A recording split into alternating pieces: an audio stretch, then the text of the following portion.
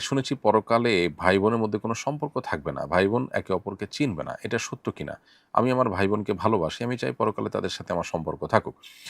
১ম কথা হলো যে ঈমানদার এবং মুত্তাকি যদি হয়ে থাকেন তাহলে সেক্ষেত্রে ভাই বোন মুত্তাকি এবং সৎকর্মশীল হলে তাদের সাথে আখিরাতেও সম্পর্ক থাকবে। আল্লাহ তাআলা বলেছেন, "আল-আখিল্লাউ ইয়াওমাইযিন বা'যুহুম লিবা'যিন আদুউন ইল্লাল মুত্তাকিন।" পৃথিবীতে যারা বন্ধু তারা কিয়ামতের ময়দানে আ মুত্তাকি যদি হয়ে থাকে ভিন্ন কথা, না হলে একে অন্যের শত্রু হবে। তার মানে মুত্তাকি হলে তারা বন্ধুই থাকবে। হাফিজ ইবনে কাসির রাহিমাহুল্লাহ বলেছেন যে, "আল আখিল্লাউ ইয়াওমাইযিন বা'যুহুম আদুউন লিবা'যিন ইল্লাল মুত্তাকিন।" এই আ আয়াতের মধ্যে যত প্রকার সম্পর্ক আছে, নৈকট্য আছে, আ আত্মীয়তা আছে, আ এই সবগুলো বোঝানোর উদ্দেশ্য যদি আল্লাহর জন্য হয়ে থাকে এবং মুত্তাকি হয়ে থাকে তাহলে সেক্ষেত্রে সেটা স্থায়ী থাকবে। আর যদি সেটা না হয় তাহলে সেটা শত্রুতায় পরিপূর্ণ হবে।